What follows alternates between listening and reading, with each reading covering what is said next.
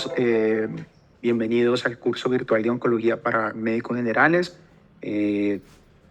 Pues primero que todo quiero agradecerle a todos los médicos que nos acompañan por tomarse el tiempo para mejorar sus conocimientos alrededor de cáncer, y quiero darle un agradecimiento a la Academia Nacional de Medicina y a la Asociación Colombiana de Hematología y Oncología por esta iniciativa. Mi nombre es William Mantilla, yo soy un especialista en medicina interna, especialista en hematología y oncología, y actualmente trabajo como líder de la unidad funcional de cáncer de mama en la Fundación CETIC. Y a través de estos minutos voy a intentar hacer, digamos, como un panorama general de lo que llamaríamos unas bases de la biología molecular y la importancia que esto tiene en el contexto de cáncer. Primero, yo creo que es muy importante empezar siempre que uno habla sobre cáncer a entender por qué es importante esta enfermedad y la magnitud que tiene esta enfermedad. El cáncer es la segunda causa de muerte por enfermedades crónicas no transmisibles en pacientes, digamos, hasta los 70 años. Es muy importante que además esto viene en un incremento muy importante en algunos países. Por ejemplo, en España ya el cáncer es la primera causa de muerte por enfermedad crónica no transmisible, incluso por encima de la enfermedad cardiovascular. Y como ustedes saben, pues en general hoy en día las enfermedades crónicas no transmisibles son la principal causa de muerte a nivel global, siendo aproximadamente el 27% del total de muertes por enfermedades crónicas transmisibles. Pero además es importante mencionar una cosa, y es que cada vez estamos viendo cáncer en pacientes mucho más jóvenes. En esta diapositiva les muestro que más o menos el 29% de los tumores, perdón, el 29% de las muertes por enfermedades no crónicas no transmisibles en pacientes menores de 60 años se están debiendo a cáncer. Entonces es una enfermedad que tiene una alta incidencia y que muy probablemente además, dado nuestro cambio en los estilos de vida, en la alimentación, en el envejecimiento de la población, pues veremos progresivamente un incremento adicional de esta enfermedad. En cuanto a Colombia, pues esta es una enfermedad muy importante en nuestro país.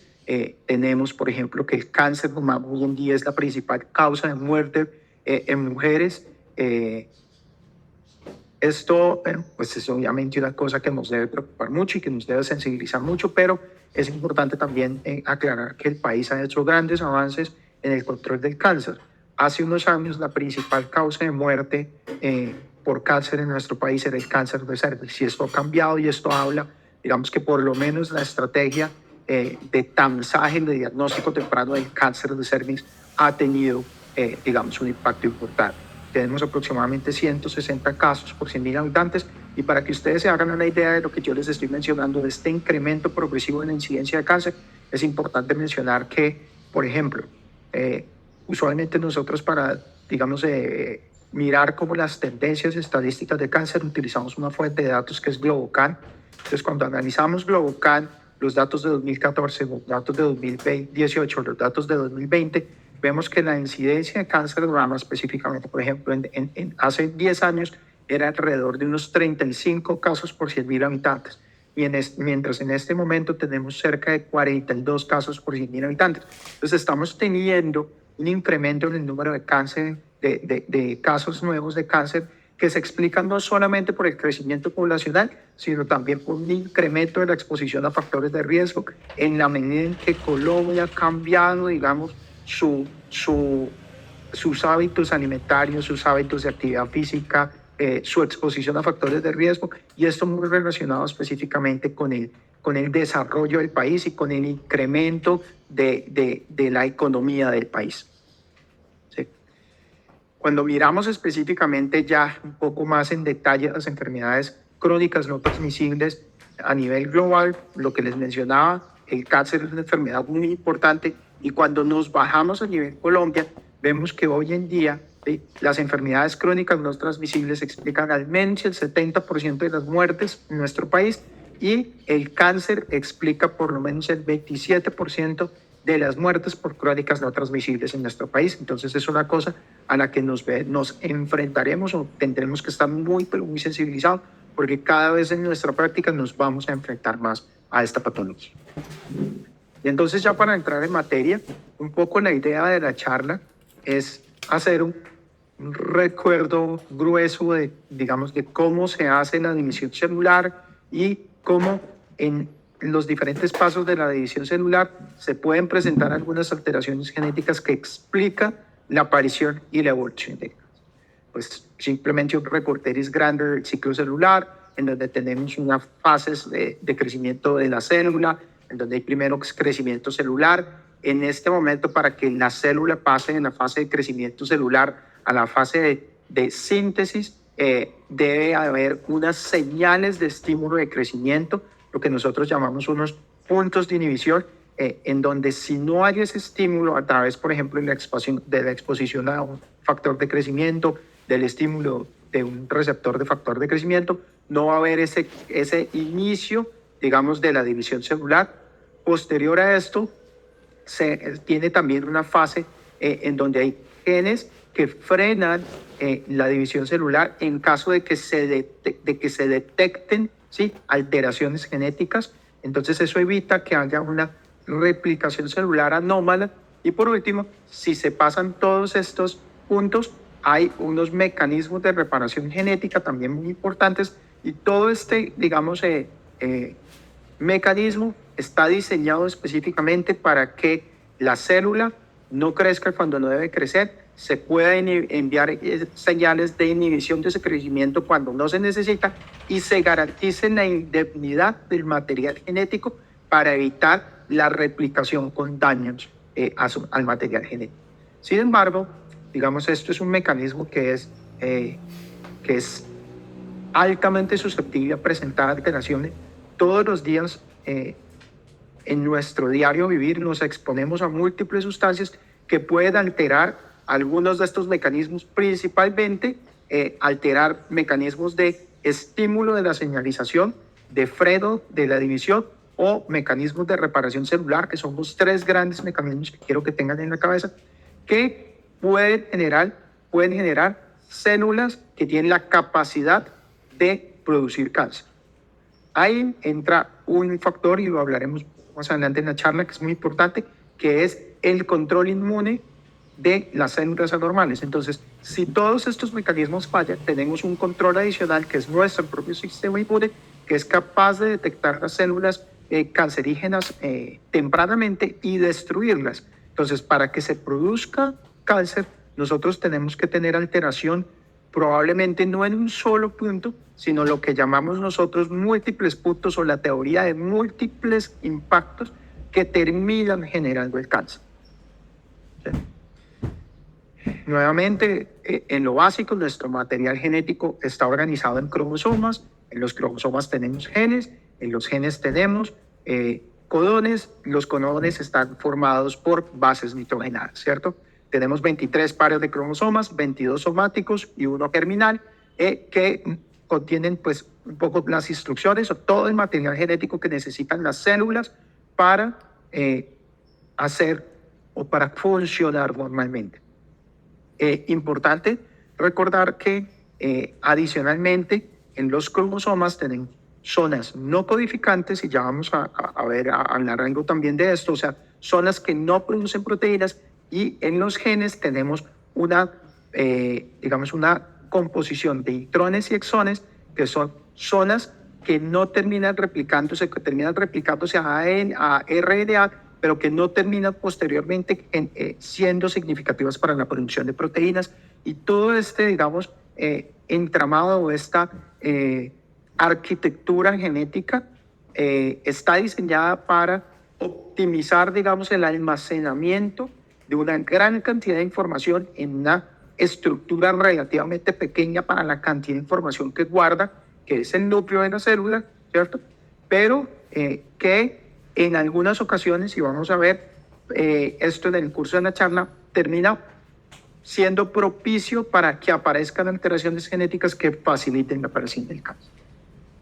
Nuevamente, lo que ya les mencionaba, la estructura del genoma humano en cromosomas, 23 pares y un par de cromosomas sexuales, y la estructura del cromosoma, que en general tenemos un brazo corto, o P, de petit, un brazo grande, o Q, porque es la letra que venía después de la P, un centrómero, y dependiendo de esto, usualmente los cromosomas a grandes rasgos los organizamos por su estructura, dependiendo de si el brazo corto es más corto, si son iguales, y a partir de esta y del bandeo, que es un poco pintar la composición de los genes en el cromosoma, termina permitiéndonos clasificar morfológicamente los cromosomas. Y los cromosomas, como les mencionaba, en últimas están organizados en genes, los genes en codones y los codones en bases nitrogenadas. Las bases nitrogenadas son la composición de 4 bases principalmente, que es digamos en el código genético total de nuestro genoma, que son la adenina, la timina, la citosina y la guanina, que se aparean para terminar formando codones. 3 bases nitrogenadas producen un codón codifica para un aminoácido, y los aminoácidos, digamos, son las cadenas de aminoácidos, terminan formando proteínas, ¿cierto? Esto fue escrito hace muchos años por Watson y Crick. Importante siempre mencionar que, y que está un poco en boga, la importancia de Rosalind Franklin también en la descripción del DNA, en la estructura. Los mencionaba como 3 nucleótidos terminan formando un codón, y un codón termina traduciendo en un aminoácido. Importante de esto mencionar que, primero, tenemos un codón, ¿sí? Compuesto por adenina, uracilo y guanina, que es el codón que está siempre al inicio de la síntesis, de la transcripción, del punto de transcripción de cualquier gen, ¿sí? Tenemos 61 codones en general, que es la combinación de múltiples bases nitrogenadas que terminan, ¿sí?, formando aminoácidos. Importante, algunos de ellos son redundantes, o sea, no todas las composiciones de codones generan aminoácidos diferentes, y esto es porque es importante.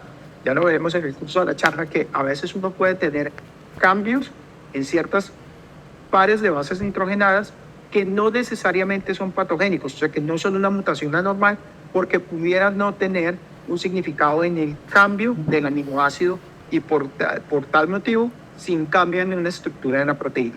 Y por último, muy importante, tenemos 3 codones que tienen la capacidad de generar una para en la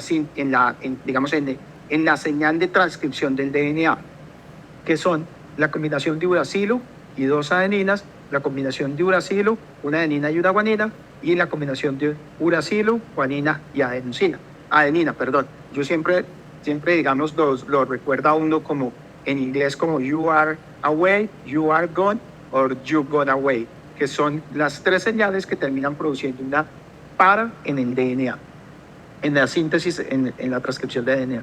¿Y por qué es importante esto? ¿Sí? Porque, por ejemplo, y lo veremos también un poco más adelante, si yo tengo una alteración en la pérdida de un aminoácido, ¿sí?, la pérdida de una base nitrogenada, y se cambia una cosa que tenemos frecuentemente en cáncer, que son el cambio del marco de lectura genética. Se produce una corrida de todos los pares de bases nitrogenadas. Esto puede llevar a que aparezca tempranamente en el curso de transcripción de un gen un codón de detenimiento de la transcripción del gen. Y esto lo que va a terminar llevando es a un RNA más corto, truncado, y posteriormente a una proteína truncada, que usualmente es una proteína que pierde su función, ¿sí? Y vamos a ver entonces cómo, digamos, cuáles son los mecanismos que tenemos de alteraciones genéticas que terminan llevando a alteraciones de la función proteica, que es en últimas lo que termina alterando la función de la célula y permite la aparición de cáncer. Entonces, nuevamente, tenemos un sitio de inicio, un promotor, ¿sí?, un exón, una primera parte que digamos que va a ser transcrita a RNA, un intrón, luego otro exón, luego un intrón, y así sucesivamente, dependiendo del tamaño de la proteína. Tendremos sitios, digamos, proteínas más cortas, proteínas más largas, motivo por el cual están compuestas de más o menos exones. El mensaje aquí es recordar, digamos, que siempre hay un punto de inicio que está en un punto importante, que es la unión de lo que llamamos un promotor, lo que promueve la transcripción del gen. El exón es la primera parte del gen que será transcrita y que se convertirá en RNA, y luego intrones intercalados para permitir la presencia de exones separados en la síntesis proteica y en la transcripción a RNA. Y por último, tendremos un punto de detección determinado por la presencia de alguno de los tres codones mencionados anteriormente. ¿Listo? ¿Por qué esto es importante? Porque, por ejemplo, nuevamente, les mencionaba yo, si yo tengo una proteína que tiene, por ejemplo, 3 exones, pero tengo un cambio en el DNA, ¿sí? Que tiene, en donde se introdujo una señal de detección de la transcripción de DNA más temprano en el curso de esa transcripción, pues luego lo que voy a tener es un truncamiento de esa transcripción y por último, una proteína truncada que pierde su función. ¿Ves? Esto simplemente como para mirar todo el proceso, entonces en donde yo tengo cromosomas que están compuestos por genes, estos genes están compuestos por pares de bases nitrogenadas, normalmente el DNA que ustedes conocen es un sistema de hélice que está, digamos, gira sobre su propio eje. Adicionalmente, después la cadena de DNA gira sobre histonas y se termina conformando en cromosomas.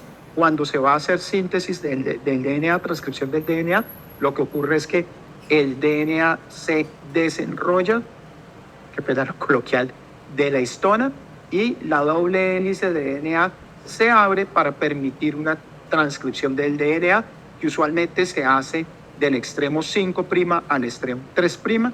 Esa transcripción es una transcripción en espejo, ¿cierto? Sabemos que tenemos bases de pares de bases nitrogenadas, o sea que citosina siempre se apareará con guanina, que adenina siempre se pareará con timina o con uracilo específicamente, en el caso del RNA. Y entonces tenemos que este doble hélice de DNA se abre, ¿sí? Se produce una transcripción a RNA y posteriormente el RNA viaja al ribosoma y en el ribosoma los codones, 3 pares nitrogenadas, terminan transcribiendo en un aminoácido y la suma de aminoácidos termina formando una proteína, ¿cierto? Nuevamente, para reforzar el concepto de todo el proceso, digamos, de lo que es desde DNA hasta la formación de proteínas, DNA formado en cromosomas, genes, exones, intrones. En principio transcribimos todo, pero perdemos los intrones. Después el RNA es solamente la transcripción de los intrones y de los exones, y posteriormente esto se traduce en una proteína. Transcripción, el paso de DNA a RNA y posteriormente la traducción, el paso de RNA a proteína. Cualquier alteración en el DNA se terminará cuando es, y ya vamos a ver los tipos de alteraciones que podemos tener, cuando es una alteración significativa, se terminará transformando en una proteína alterada en su función, ¿sí? Y por último, las estructuras, la estructura macro del cromosoma, en donde, ¿sí? Tenemos genes que codifican cada uno para una proteína específica, ¿sí? Y que están separados usualmente por regiones no codificantes. Como les mencionaba, en nuestra vida diaria nos vemos expuestos a múltiples agentes cancerígenos, sustancias químicas, radiación, virus, múltiples de estos. Tal vez el ejemplo más conocido es el cigarrillo, sin duda alguna, que terminan generando daños múltiples al DNA, ¿sí? Y que puede producir múltiples tipos de alteraciones. Primero, pueden producir cambios en las bases nitrogenadas de las cuales se compone el DNA, puede producir pérdidas, la salida completa de un par de bases nitrogenadas, inserciones, ingreso de bases nitrogenadas adicionales, y puedo tener otras alteraciones múltiples, como por ejemplo son aparición de múltiples copias de variantes, como son por ejemplo lo que llamamos el aumento del número de copias de los genes, entonces en donde un gen está múltiples veces en el contexto de un cromosoma, cuando normalmente debería estar una sola vez, o podemos tener también una cosa que llamamos grandes rearreglos, que son migraciones masivas de material genético entre dos cromosomas. Cada una de estas alteraciones es muy importante, tiene unos mecanismos de reparación específicos, de los cuales también ya vamos a hablar. Bueno, entonces, como lo mencionábamos, múltiples alteraciones, múltiples eventos pueden producir alteraciones en el DNA. Estas alteraciones pueden presentarse, digamos, de dos maneras. Uno, lo que llamamos alteraciones germinales. ¿Qué significa? Son alteraciones o daños al DNA que se producen en el momento en donde se está produciendo replicación, proceso de meiosis de las células sexuales, ¿cierto? Y entonces esto va a generar una alteración de línea germinal, que significa que al estar en las células germinales, se va a transmitir, o sea, va a tener potencial de transmitirse de generación en generación, o podemos tener alteraciones somáticas, ¿cierto? Que son alteraciones que se producen adquiridas posterior a la formación, digamos, a la embriogénesis. Entonces, el ejemplo o la diferenciación de esto es muy importante. ¿Por qué? Porque entonces, nosotros podemos tener dos tipos de alteraciones gruesas. Somáticas se refieren a las que yo adquiero después de nacido. Entonces, por ejemplo, el cigarrillo. Entonces, si yo fumo, este insulto, digamos, al material genético de las células se va a producir en las células pulmonares, voy a adquirir alteraciones genéticas que van a terminar llevando a un cáncer de pulmón, o puedo tener una alteración germinal. El ejemplo clásico, por ejemplo, en cáncer de seno, es la alteración del gen BRCA1 o el gen BRCA2, que explica hasta el 15% de los tumores, digamos, del riesgo de cáncer de seno hereditario. Entonces, esto es muy importante tenerlo en cuenta también. ¿Y qué es lo que termina pasando? Que la célula normal tiene una alteración en alguna proteína que le da una ventaja de crecimiento frente a las células normales. Por ejemplo, esto está muy bonito descrito en lo que llamamos nosotros la secuencia de pólipo, adenoma, cáncer en el colon. Entonces, diferentes mecanismos, la comida, diferentes, digamos, potenciales carcinogénicos que ingerimos en la comida, pueden dañar las células de la mucosa colónica. Cuando estas células están replicándose, dañan el material genético. Usualmente ese primer golpe suele darse en un gen, que es el gen APC, ¿cierto? Esto permite que las células, el gen APC lo que hace es que estimula que las células crezcan a una velocidad mayor, se repliquen a una velocidad mayor. Posterior a esto, al replicarse a una velocidad mayor, facilita o predispone a la aparición de segundos daños. Entonces, usualmente hay un segundo insulto que daña usualmente el gen KRAS. Esto hace que la célula no solo crezca a una velocidad mayor, sino estimula la supervivencia de la célula se vuelve inmortal y además estimula la formación de vasos sanguíneos. Entonces, esto nuevamente es una ventaja de crecimiento que facilita que la célula acumule daños adicionales. Y entonces, por último, aparece un daño al gen P53, que es un gen que frena la replicación de la célula cuando la célula tiene un daño genético. Y entonces la célula ahora además puede sobrevivir y puede replicarse produciendo células hijas iguales, y termina apareciendo el evento específico que termina transformando una célula desde una célula normal hasta una célula cancerígena. Entonces, en últimas, esto es un proceso que se va dando, digamos, como en pasos a través de acumular múltiples alteraciones genéticas que se dan usualmente por un insulto en el momento adecuado, por decirlo de alguna manera. Y en últimas, las células tumorales terminan teniendo unas características múltiples, que es lo que las define como células del cáncer. Un par de autores muy interesantes describieron esto hace muchos años por primera vez, que fueron los doctores, el doctor Harold Barnes principalmente, que describieron por primera vez como una alteración en una proteína, específicamente la proteína SRC, ¿sí?, que era una proteína de señalización transmembrana. Entonces normalmente esto es una proteína que está asociada a un receptor de membrana, como esa alteración de esa proteína, ¿sí?, la terminaba volviendo una proteína intrínsecamente activa, y ya hablaremos un poquito más de esto, qué significa, que lo que hacía era enviar señales de crecimiento continuo y estimular múltiples vías de crecimiento. Y cuando estos doctores describieron por primera vez esto, entendimos, digamos, la importancia de la biología molecular del cáncer, y ha producido un poco el cambio, digamos, en el paradigma de cómo tratamos hoy en día el cáncer. Entonces, sin duda alguna, este principio debe ser, digamos, como muy claro para entender. Y al entender eso, empezamos a describir múltiples otras alteraciones, y terminamos haciendo una agrupación de esas alteraciones en unas características, que es lo que hacen a una célula cancerígena una célula cancerígena. Entonces, en general, a esto lo conocemos como los hallmarks del cáncer, que son en general 8 características, digamos, que resumen un poco todas las múltiples alteraciones genéticas que se pueden producir en unas alteraciones del funcionamiento de la célula, que es lo que permite que funcione como una célula cancerígena. Entonces, ¿cuáles son estas alteraciones? Lo primero, una de las cosas más importantes, es la capacidad de enviarse a sí misma, la célula tumoral tiene la capacidad de enviarse a sí misma señales de crecimiento sostenido.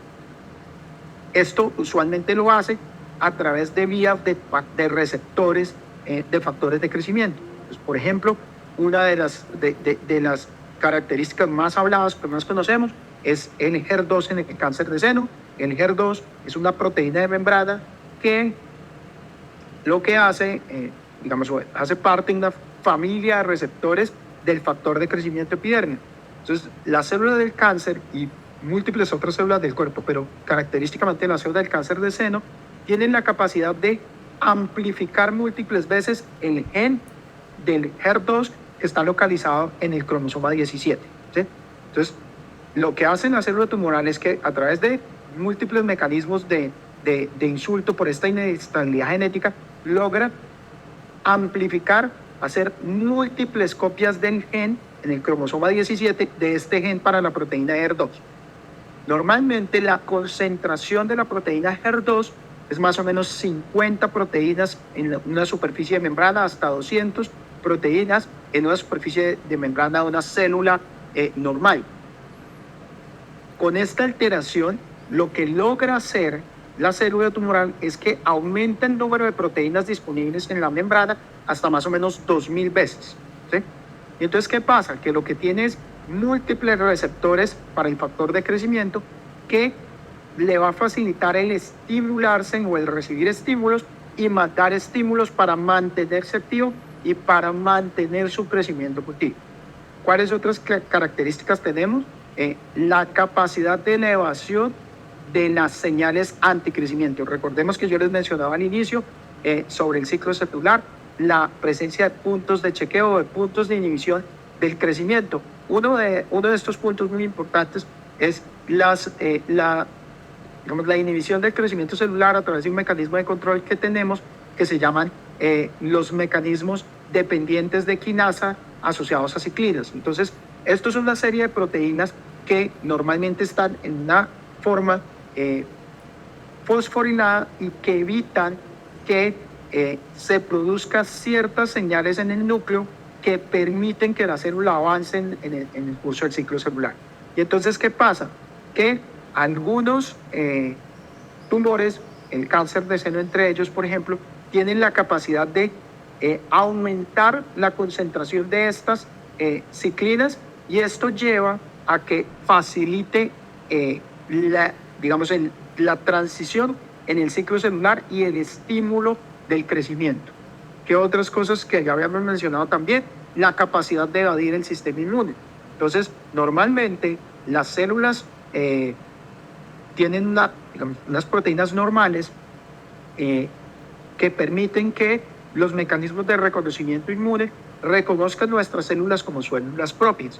Cuando hay alteraciones genéticas, se producen proteínas anormales, ¿cierto? Proteínas que no son las proteínas normales que se debería producir, que funcionan como una cosa que se llama neoantígenos. O sea, el sistema inmune nuestro no las reconoce como normales porque son proteínas que nunca habían estado en nuestro cuerpo. Las reconoce como una cosa anormal, un estímulo antigénico, y nuestro sistema inmune es capaz de montar una respuesta inmune, digamos, específicamente mediada por células T, que terminan destruyendo las células tumorales. ¿Qué pasa? Las células tumorales tienen la capacidad de evadir el sistema inmune a través de la producción específica de ciertas proteínas, ¿sí?, que inhiben el reconocimiento de la célula tumoral como una célula antigénica para el cuerpo. ¿Qué otras cosas tenemos? También la capacidad de replicarse o de tener inmortalidad replicativa. Normalmente nosotros en el final de los cromosomas tenemos una porción de cromosoma que se llama telómero, que cuando el cromosoma se divide siempre se pierde una porción del telómero. Llega un punto que se conoce como distancia crítica de telómero, en donde el telómero es tan corto que la maquinaria de replicación celular interpreta eso como una señal de envejecimiento celular y no permite que esta célula se siga replicando y la célula entre en senescencia, muerte celular programada. Las células tumorales tienen la capacidad de prolongar los telómeros, ¿sí?, de manera indefinida, y esto les permite continuar en su replicación, digamos, indefinida. ¿Qué otras cosas tienen la capacidad de hacer la célula? Estimular la inflamación. Entonces, no solo tienen la capacidad de captar o de estimularse a sí mismas, sino además a través de la producción de ciertas sustancias, un incremento de las sustancias, tienen la capacidad de producir un microambiente inflamatorio que en últimas le termina produciendo a sí misma angiogénesis, producción de factores de crecimiento y estímulos de crecimiento. Tienen la capacidad de producir invasión y metástasis, ¿sí? Normalmente las células normales, tienen la necesidad de múltiples relaciones célula a célula para poder sobrevivir. Entonces, por ejemplo, tienen una orientación espacial. Una célula sabe que es arriba, que es abajo, ¿cierto? Y necesita de conexiones célula a célula, específicamente, por ejemplo, a través de esto de integrinas y de caderinas. Las células tumorales tienen la capacidad de perder esas integrinas y estas caderinas que les permiten desanclarse del microambiente tumoral, y de la necesidad de interacción célula a célula, permitiéndoles invadir, por ejemplo, los vasos sanguíneos, los vasos linfáticos, viajar a órganos a distancia y sembrarse y crecer en esos órganos a distancia, produciendo metástasis. Tienen la capacidad de producir su propia red de vasos sanguíneos. Normalmente, cuando un acúmulo celular tiene 1 a 2 milímetros de diámetro, necesita un vaso sanguíneo. A partir de estas distancias del vaso sanguíneo hasta digamos, las células, los nutrientes necesarios y el oxígeno específicamente se logra, digamos, llega por difusión. A más distancia necesito nuevos vasos sanguíneos. La célula tumoral, a través, por ejemplo, del factor estimulado por hipoxia, de la producción de factor estimulado por hipoxia, es capaz de estimular su propia red de vasos sanguíneos, pero estos vasos sanguíneos además son unos vasos sanguíneos que son anormales y que le facilita el crecimiento y la invasión. Normalmente la célula tumoral es una célula que tiene inestabilidad genómica, ¿sí? ¿Por qué? Porque a través de esos mecanismos que hemos hablado, la célula crece más rápido, necesita más replicación, más transcripción de DNA, y esto le facilita de ganar nuevas mutaciones. Altera los mecanismos de reparación genética para poder seguir creciendo sin entrar en apoptosis. Cambia los mecanismos de paro o de muerte celular programada, por ejemplo, alterando el P53, que es el gen, digamos, protector del genoma que nos lleva a muerte celular programada. Entonces, normalmente una célula tumoral es genéticamente inestable. Es nuevamente a través de, por ejemplo, alteración del P53, que es el ejemplo más claro, es capaz de resistir las señales de apoptosis, ¿sí? Tiene alteración de la o de regulación de la energética celular. Y entonces, todo este abanico de posibilidades y de alteraciones que conocemos como los hallmarks del cáncer es lo que lleva a una célula tumoral que se comporten en una célula tumoral. Sin embargo, como les he mencionado, usualmente no es una alteración, sino son múltiples alteraciones. Y adicionalmente, ¿sí?, estas múltiples alteraciones pueden coexistir en un solo tumor. Y entonces nosotros usualmente tenemos una condición que es la heterogeneidad tumoral, en donde múltiples vías alteradas, ¿sí?, pueden coexistir en un mismo tumor. Y eso es lo que complica un poco el cáncer, sobre todo y principalmente el cáncer avanzado. Los tumores, simplemente para recordar algo de nomenclatura de los tumores, cuando hablamos de adeno, hablamos de tumores glandulares, condro, tumores de cartílago, los sarcomas usualmente tejidos blandos, cuando son eritroglóbulos rojos, hemangiovasos sanguíneos, hepato e hígado, linfograsa, ganglios linfáticos y linfocitos, melano, los melanocitos, mielo, todo lo que se refiere a la línea mieloide de la médula ósea, miomúsculo y osteohueso. Los tumores podemos clasificarnos como en grandes grupos: los epiteliales, que usualmente son adenos y escamos, dependiendo de si son glandulares o de epiteliales de la piel específicamente, por ejemplo; los sarcomas, que engloba todo lo que es los tumores de tejidos blandos; los tumores hematolinfoides, y un grupo adicional que podemos hablar de los tumores germinales, ¿sí? Entrando ya en las alteraciones específicas que podemos tener en genes que llevan a cáncer, podemos tener dos grandes tipos de alteraciones. Las alteraciones en genes que llamamos protoncogenes. ¿A qué se refiere un protoncogen? A un gen que sintetiza una proteína que tiene la capacidad de estimular el crecimiento celular. El ejemplo clásico de un protoncogen son los receptores de membrana, ¿cierto? Entonces, los receptores de membrana tienen una proteína extracelular, una proteína transmembrana y un componente intracelular. El componente extracelular está diseñado para captar una señal, ¿cierto?, un ligando. El componente transmembrana para anclar esa proteína a la membrana celular, y el componente intracelular para activar cascadas de segundos mensajeros a nivel intracelular, ¿sí? Entonces, ¿qué pasa? Que si yo tengo una alteración en algún punto de esta proteína, por ejemplo, ya lo habíamos mencionado, ahora no tengo una sola proteína, sino tengo un incremento del número de proteínas del receptor. El ejemplo en HER2 y la amplificación del HER2, ¿sí? Voy a tener un aumento de la capacidad de generar señales de crecimiento, ¿cierto? O en su defecto, el componente intracelular. El ejemplo clásico de esto es el EGFR, en donde ciertas mutaciones de EGFR en cáncer de pulmón alteran la porción intracelular, y la porción intracelular de la proteína se vuelve lo que llamamos intrínsecamente activa. ¿Qué significa esto? Que ya no necesita que llegue un ligando y lo active, sino todo el tiempo ella está mandando señales de crecimiento. Entonces, estos genes que sintetizan esas proteínas son protoncogenes.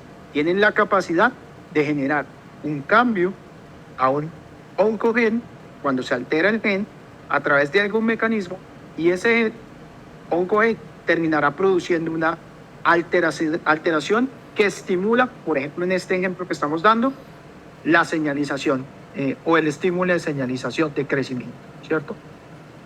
Nuevamente, entonces, ¿cuándo cambia un protoncogen a un oncogen? Cuando un protoncogen que estimula el crecimiento y la división celular tiene una alteración que lo convierte en una señalización anómala. La amplificación del HER2, la mutación del EGFR en el ejemplo del cáncer de seno o el cáncer de pulmón, ¿sí? ¿Qué otros tipos de genes podemos tener? Importante, qué pena, mencionar de la diapositiva anterior, que usualmente nosotros tenemos copias, ¿cierto?, del gen por duplicado. Tenemos copia de seguridad, un poco backup, ¿cierto? Entonces tenemos en cada gen 2 copias del gen, ¿cierto?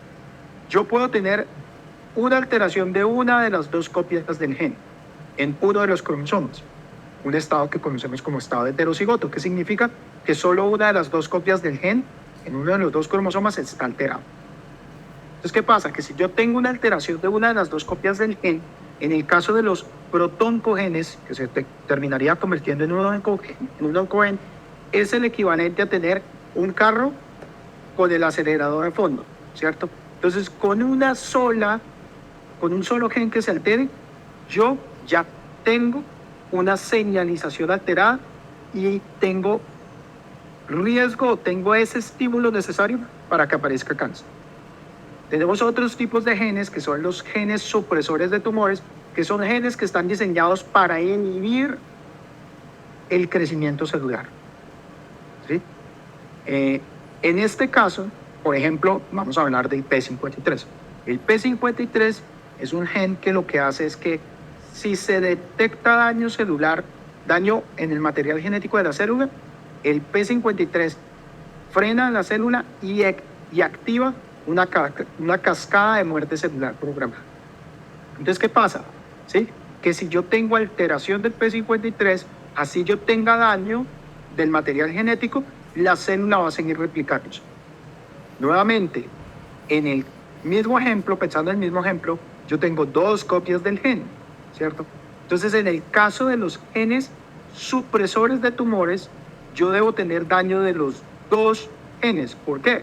Porque si tengo el daño de uno solo de los 2 genes, voy a tener el gen respaldo. Entonces, un poco, en los protoncogenes y oncogenes, con el daño de un solo gen, ya tengo el estímulo. En el caso de los genes supresores de tumores, necesito daño de los 2. Esto porque es importante, porque usualmente, digamos desde el punto de vista clínico, los daños a los genes supresores de tumores generan muchísima más inestabilidad genética y son condiciones clínicas de muy difícil manejo. Hoy en día, tal vez cuando nos enfrentamos digamos, a la complejidad genética del cáncer, siempre que nos enfrentamos, por ejemplo, a tumores que tienen alteración del P53, que tienen alteración del gen del retinoblastoma, que son genes supresores de tumores, son tumores que usualmente van a tener un comportamiento agresivo y que usualmente no van a responder de manera sencilla o usual a las terapias que tenemos disponibles, excepto en el contexto del cáncer temprano, en donde, por ejemplo, podemos, a través de una excisión, de una cirugía, quitar la totalidad de la masa tumoral. ¿Sí? Y nuevamente, entonces, tenemos el gen normal que controla, y en el contexto de la célula tumoral lo que tenemos es un daño a los 2 genes que termina produciendo una pérdida de un factor de control.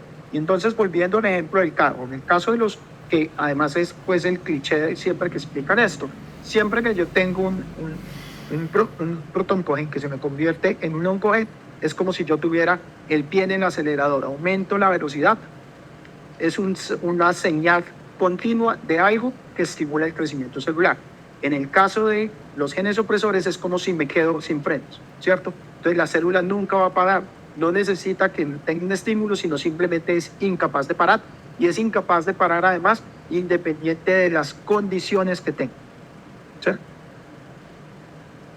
Entonces, y por último, importantísimo hablar también de la reparación del DNA. Entonces, pese a que estos mecanismos se pueden alterar, yo tengo una maquinaria en la célula capaz de reparar el DNA. Entonces, ¿qué pasa? Siempre yo tengo un sistema de emparejamiento de bases, ¿cierto? Cuando yo detecto cuando alteraciones en el emparejamiento de bases, usualmente tengo la capacidad de generar cambios en ese emparejamiento y normalización del DNA. Si yo lo hago de manera exitosa, esto va a evitar la aparición del cáncer. Pero si no logro hacerlo de manera exitosa, ¿sí?, esto puede terminar progresando en cáncer. Uno de los ejemplos clásicos de esto es las mutaciones de BRCA1 y BRCA2. BRCA1 y BRCA2 hacen parte de un grupo de complejos proteicos muy grandes, que es lo que se llama la vía de la anemia de Fanconi, que es uno de los mecanismos más importantes que tenemos de reparación de daños en el DNA. ¿Qué pasa? Que la proteína BRCA1 y BRCA2 son proteínas que están implicadas específicamente en una cosa que es la reparación homóloga, ¿sí?, que es justamente este mecanismo de reparación, ya lo vamos a hablar un poquito más adelante, de emparejar de manera adecuada las bases nitrogenadas. Cuando yo tengo un daño en esta reparación, entonces, ¿qué pasa? Que el DNA no se replica y la célula no se repara, perdón, y la célula sigue creciendo de manera. Simplemente para recordarles que puedo tener diferentes tipos de daño, y estos diferentes tipos de daño tienen diferentes tipos de mecanismos de reparación a través de excisión de bases, a través de recombinación homóloga, a través de reparación de mismatches y a través específicamente de metilación, como los grandes mecanismos de reparación del DNA. Y entonces, ¿qué pasa? Un poco para resumir toda esta primera parte, que yo tengo una célula normal que cáncer de pulmón, me fumé un cigarrillo, estaba justo en ese momento una célula de la mucosa del pulmón dividiéndose, alguna de las 700 sustancias carcinogénicas que tiene el cigarrillo logró dañar, por ejemplo, el EGFR, ¿cierto? Y esa célula tumoral ahora tiene un daño en el EGFR que le permite que crecer más rápido. Va a una primera generación, ¿sí?, de células que van a ser todas mutadas. Entonces esa primera célula, todas están mutadas, ¿sí?, por el EGFR. ¿Qué pasa?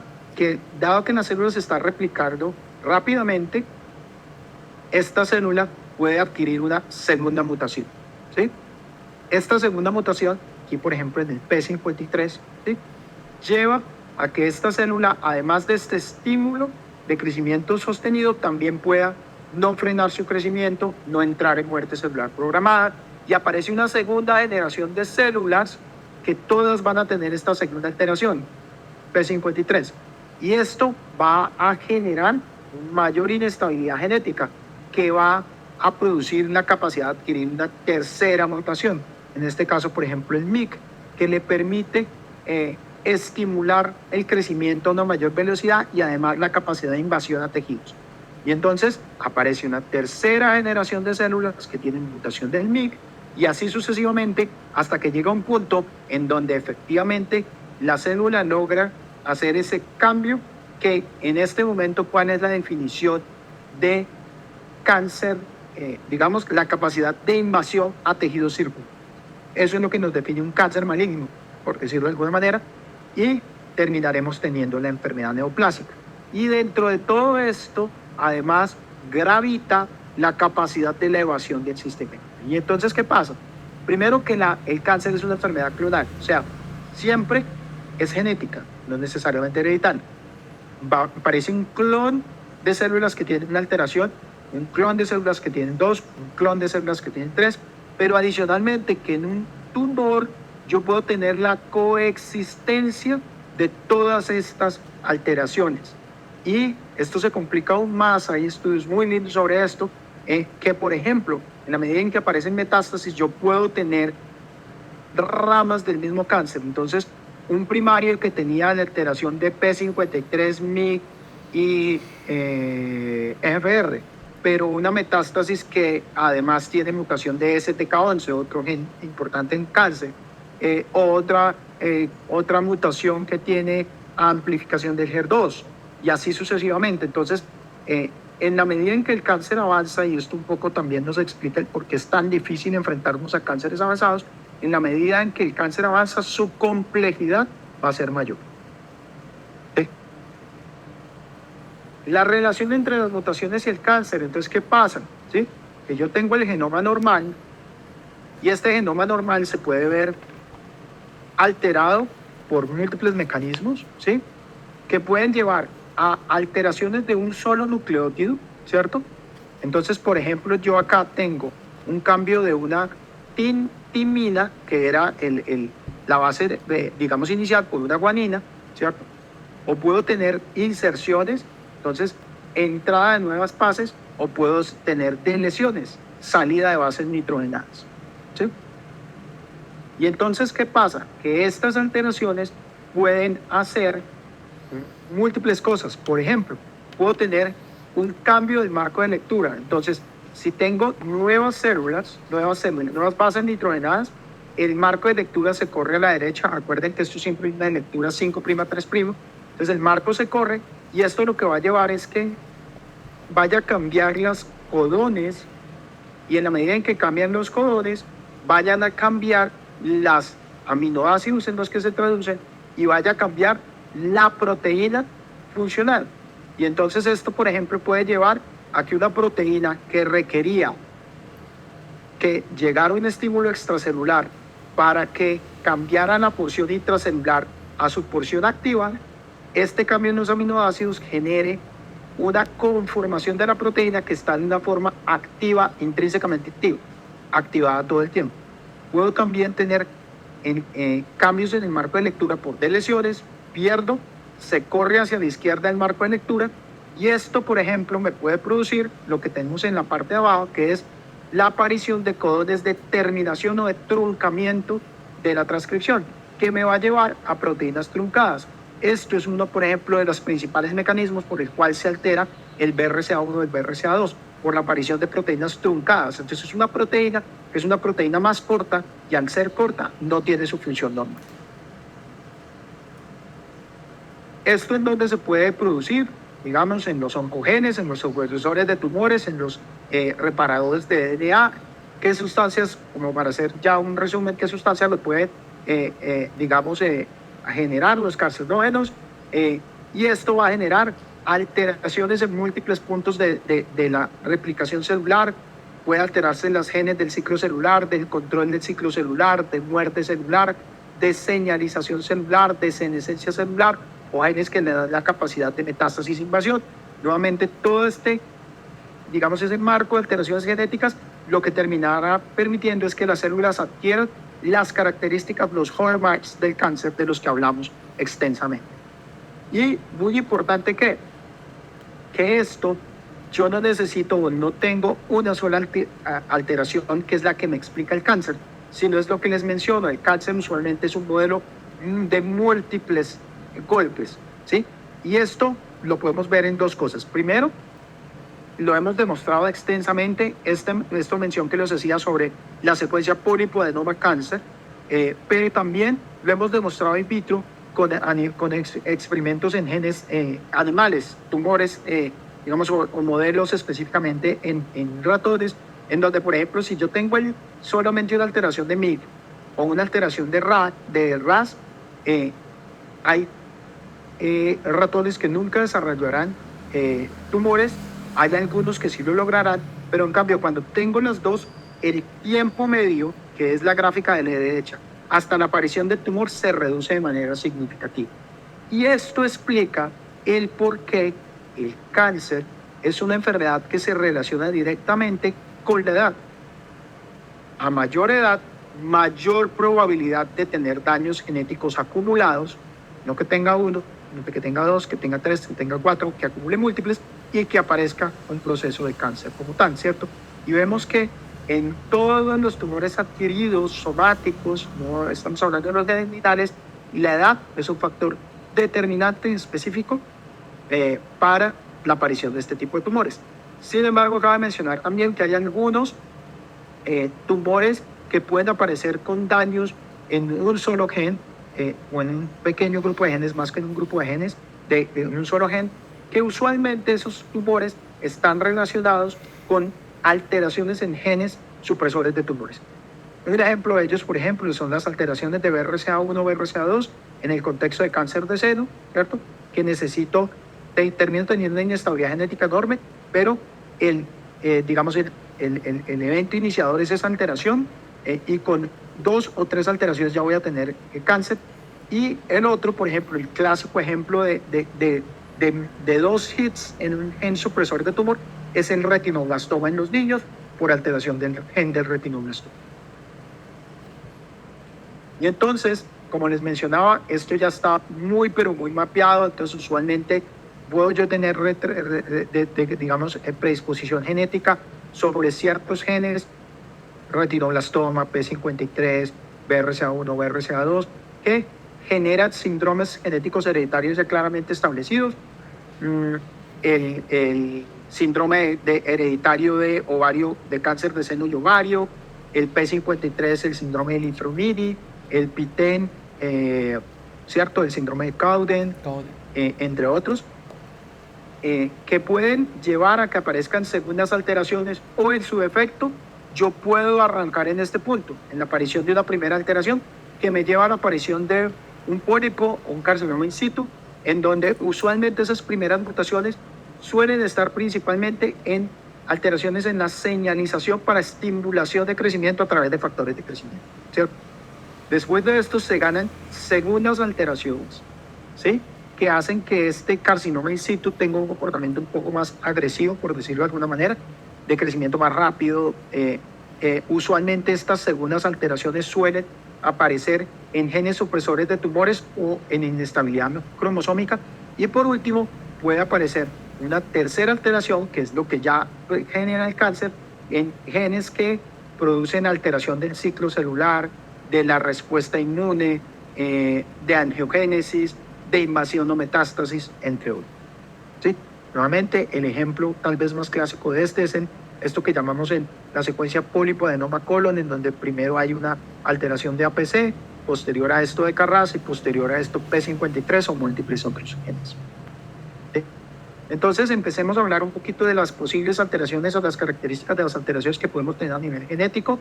Lo primero son las SNPs o los polimorfismos de un solo nucleótido, en donde específicamente lo que yo tengo es cambio de una sola base nitrogenada. Entonces, en este caso, por ejemplo, tuve el cambio de una guanina por una citosina. Obviamente me emparejo con del otro lado. Entonces tengo cambio de la citosina por una guanina. Y esto puede ser normal. De hecho, lo clasificamos como un polimorfismo cuando tenemos una alteración que es frecuente en la población general, o puedo tener, ¿sí?, que en general termina produciendo una proteína funcional, o puedo tener algunas alteraciones infrecuentes en la población general que pudieran generar alguna alteración funcional en la proteína y serían patógenos. Cuando estamos intentando interpretar este tipo de alteraciones, tal vez son las alteraciones más difíciles de interpretar, las que son alteraciones de un solo nucleótido. Entonces, otras alteraciones que podemos tener y que ya las habíamos mencionado, ¿sí?, son las alteraciones en donde hay o inserciones o deleciones que llevan a un cambio en el marco de lectura. Entonces, si yo tengo una secuencia en el DNA que lleva a una traducción a RNA, que lleva a una transcripción a RNA, a una traducción a aminoácidos y posteriormente a una proteína, ¿cierto? Pero si yo tengo, por ejemplo, en este caso, una deleción, o sea, tengo pérdida de una base nitrogenada, todo el marco de lectura se termina corriendo a la izquierda. Y esto lleva a que la traducción final a aminoácidos cambie los aminoácidos que estoy traduciendo, y esto va a llevar a una proteína totalmente diferente. O incluso en algunos casos, como también lo había mencionado, si este cambio en el marco de lectura lleva a la aparición de un codón de terminación temprana, ¿sí?, lleva a una proteína truncada. Entonces, usualmente, las inserciones y deleciones, siempre que yo tengo adición de bases nitrogenadas o salida de bases nitrogenadas, voy a tener mutaciones de tipo frame shift mutations, o sea, cambios del marco de lectura, y van a tener un significado patógeno, ¿cierto? ¿Qué otras cosas puedo tener? Puedo tener mutaciones o alteraciones del sitio de empalme. Entonces, lo que yo les mencionaba, ya un poco más de la estructura macro del DNA. Entonces, yo puedo tener una alteración, por ejemplo, en donde, ¿sí?, no logro tener el inicio, ¿sí?, o la señal de inicio, la metionina de inicio de la traducción, de la transcripción de un exón, ¿sí? Y entonces, ¿qué pasa? Que ya voy a tener un DNA alterado, ¿cierto? No voy a tener un exón 1, 2 y 3, sino solamente un exón 1 y un exón 3, que va a llevar a una proteína totalmente normal. O en su defecto, por ejemplo, si no tengo un codón de terminación, puedo continuar la transcripción hasta el intrón y terminar teniendo un exón y un exón 2 que es separado, que no ensambla adecuadamente la proteína, y que esto es una proteína anormal, ¿sí? Puedo tener alteraciones o variantes numéricas. También ya hemos dado el ejemplo más conocido que es el HER2, en donde ¿qué es lo que pasa? Que yo tengo una copia del gen 2 en el brazo largo del cromosoma 17 y en algunas ocasiones lo que sucede es que se amplifica, tengo múltiples copias del gen y entonces cuando estoy replicando el DNA, cuando estoy traduciendo el DNA, transcribiendo el DNA, voy a tener un aumento del RNA, un aumento de las proteínas y motivo por el cual un aumento en la concentración proteica en la superficie celular, ¿sí? Y a esto lo llamamos cambios en el número de copias o en el número de variantes, ¿sí? Copy number variants. Y por último, puedo tener grandes inserciones y deleciones. Entonces puedo tener cambios masivos del material genético a nivel cromosómico. Entonces, el ejemplo clásico de esto es el cromosoma Filadelfia, en donde el cromosoma 9 y el cromosoma 22 tienen grandes pérdidas de material genético. Esta traslocación específicamente se conoce como una traslocación balanceada porque los dos cromosomas comparten material genético. O sea, un pedacito del cromosoma 9 va al 22, un pedacito del cromosoma 22 va al 9 y específicamente se termina formando un cromosoma, lo conocemos médicamente y lo habrán escuchado ustedes como el cromosoma Filadelfia, que termina poniendo juntas dos regiones, una región que es altamente replicable, la región del BCR, con una región ABL que termina produciendo una proteína fusión, ¿sí? Que tiene la capacidad de tener actividad de tirosina quinasa, o sea, de estimular el crecimiento continuo en las células. Y esto termina produciendo específicamente la leucemia mieloide crónica. ¿Sí? ¿Qué pasa? Que estas alteraciones, ya para terminar, se pueden producir en múltiples vías de señalización que terminan produciendo alteraciones en múltiples características específicas del cáncer, en los hallmarks del cáncer. Y estas grandes vías de señalización las podemos resumir en estas que les estoy mencionando acá. La vía RAS, que es una vía que está relacionada con receptores de factores de crecimiento de membrana. La vía de AKT, también relacionada con receptores de crecimiento de membrana. La vía de Wnt, que está específicamente relacionada con vías de adhesión celular. La vía de factor transformante beta, HOSH, Notch. Entonces, aquí simplemente como para mencionárselas a manera gruesa, sin entrar en detalle grueso en esta. Unas alteraciones muy importantes que se producen o que es frecuentemente que se produzcan en el cáncer son las alteraciones de las tirosinas quinasas. El genoma humano es una serie de proteínas que tienen capacidad de transmitir o traducir señales de membrana o incluso funcionar como segundos y terceros mensajeros, y muchas alteraciones genéticas están relacionadas con alteraciones en esta familia de proteínas, ¿sí? Simplemente para mencionar ya un poco de manera gruesa, voy a mencionar un par de ejemplos de cómo funcionaría una alteración. Entonces, por ejemplo, la vía de AKT es una vía de señalización en donde tenemos un receptor de membrana, ¿cierto? Extracelular, que tiene un ligando, factores de crecimiento, citoquinas, hormonas, una porción transmembrana que ancla la porción extracelular a la membrana y una porción intracelular, usualmente, por ejemplo, en este caso, es la trifosfato inositol-quinasa. Entonces, la aparición o la relación entre el receptor de membrana y su ligando, HER2, HER3 y una euregulina, genera que la porción intracelular cambie su estructura y se fosforile. Y esa fosforinación va a terminar generando un segundo mensajero que fosforila una segunda proteína, en este caso el PTEN. Esa segunda proteína, ¿sí?, fosforilada genera una tercera fosforilación, en este caso AKT, y así se va amplificando de manera importante. Entonces se van digamos, activando múltiples vías de señalización que terminan haciendo múltiples cosas: estímulos de señalización de crecimiento, de síntesis de proteínas, alteración de la energética, cambios en la resistencia a muerte celular, activación de la progresión a través de ciclo celular, entre otras cosas. Y entonces, ¿qué pasa? Que esto, digamos, está diseñado para que sea un efecto en cascada, ¿cierto?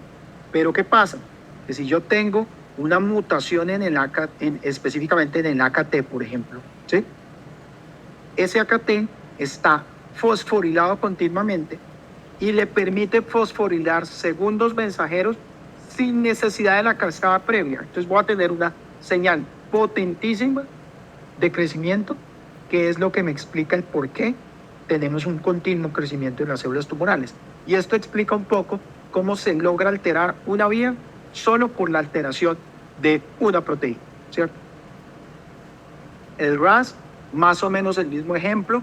El RAS es un segundo mensajero que necesita una serie de señalizaciones previas, pero que si yo tengo una mutación, se termina convirtiendo en una activación continua que me produce estímulo de crecimiento celular, estímulo de proliferación, de transcripción, entre otros, ¿cierto? WNT, que es una célula, es un factor importante específicamente para la relación célula-célula. Nuevamente, como si yo tengo alteración de estos, termino produciendo estímulos genéticos que mantienen la célula en crecimiento constante o en evasión del crecimiento. Nuevamente, para hablar de otra vía, factor transformante de crecimiento transformante beta, que un poco el mensaje es el mismo, con una alteración de una proteína, lo que termino haciendo es generando una masificación de la señalización intracelular. ¿Y qué pasa? Ya cerrando, que esto se termina complicando aún más, porque estas múltiples vías de señalización producen una cosa que se llama habla cruzada, crosstalk. No sé si esa es una buena traducción del inglés, pero entonces, ¿qué pasa?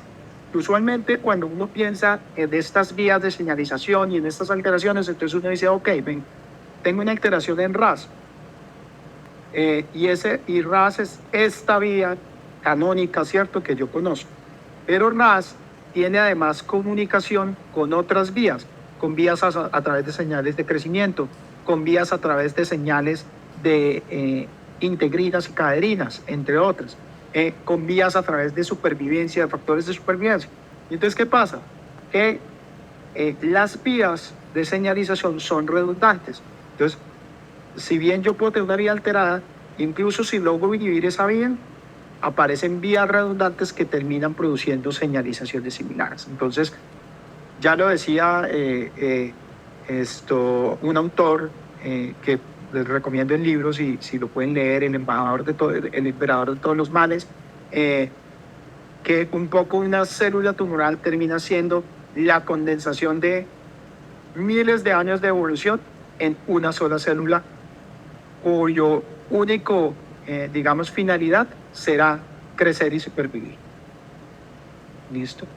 Y para cerrar, sin dejar de complicar la cosa, entonces, además de todas estas cosas que hemos hablado, también hay factores que pueden generar alteraciones posterior a la transcripción y la traducción, que es la epigenética, que son los mecanismos que tenemos de regulación, ¿sí?, de cómo se traduce un RNA en una proteína sin que necesariamente esta tenga alteraciones genéticas. Y esto es una de las cosas tal vez menos entendidas en general del cáncer y que más a futuro nos puede dar resultados, que es cómo incluso a través de mecanismos de silenciamiento post-transcripción yo puedo tener alteraciones del funcionamiento proteico. Simplemente para ya pues agradecerles todo el tiempo que han estado sentados ahí en la pantalla escuchándome, hacer un pequeño resumen que diría yo importante. El cáncer es una situación médica muy importante con un gran impacto en morbimortalidad, no solo a nivel global, sino a nivel colombiano, que es importante entender los mecanismos gruesos de transcripción y traducción de nuestro material genético, de cómo se organiza en esta estructura que les mencionaba yo, de núcleo, cromosoma, en codón, bases nitrogenadas, cómo el ciclo celular tiene unos puntos específicos de control, necesita puntos de estímulo para seguir el ciclo, puntos de freno para evitar que haya cambios genéticos, digamos, replicación con alteraciones genéticas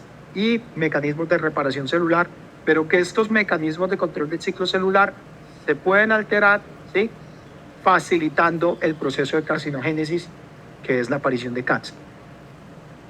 Que estas alteraciones se dan o las pueden terminar generando unas características que las englobamos como los hallmarks del cáncer, que es la capacidad de mantener señales de crecimiento, de no inhibirse o no responder a las señales anticrecimiento, de replicarse inhibidamente, de invasión y metástasis, de evadir la muerte celular, de alteración de la energética, de invadir, de angiogénesis, perdón, de evadir el sistema inmune, entre otros, y que esos mecanismos de esas alteraciones suelen ser por diferentes tipos de alteraciones genéticas que podemos tener, que se llaman polimorfismos de un solo nucleótido, inserciones y deleciones, alteraciones del número de copias, grandes inserciones y deleciones, translocaciones. Y que por último, todas estas alteraciones lo que hacen es cambiar principalmente la estructura proteica de una o de un grupo de proteínas que terminan estimulando o activando vías de señalización, que lo que hacen es que un mecanismo muy refinado de transmisión de señales, que es un mecanismo en cascada que está diseñado para amplificar la señalización, pueda amplificarse sin incluso el estímulo. Y que por último hay un mecanismo grande que es la epigenética, que no necesariamente tiene relaciones con mutaciones en el DNA, pero que también tiene implicaciones en cómo traduzco un RNA a una proteína y cómo silencio ciertos funcionamientos proteicos que también pudieran explicar el comportamiento del cáncer. Nuevamente, muchísimas gracias por su atención durante este tiempo y nuevamente muchísimas gracias a la Academia Nacional de Medicina y a la ACHO por la invitación a haberles podido hablar este momento.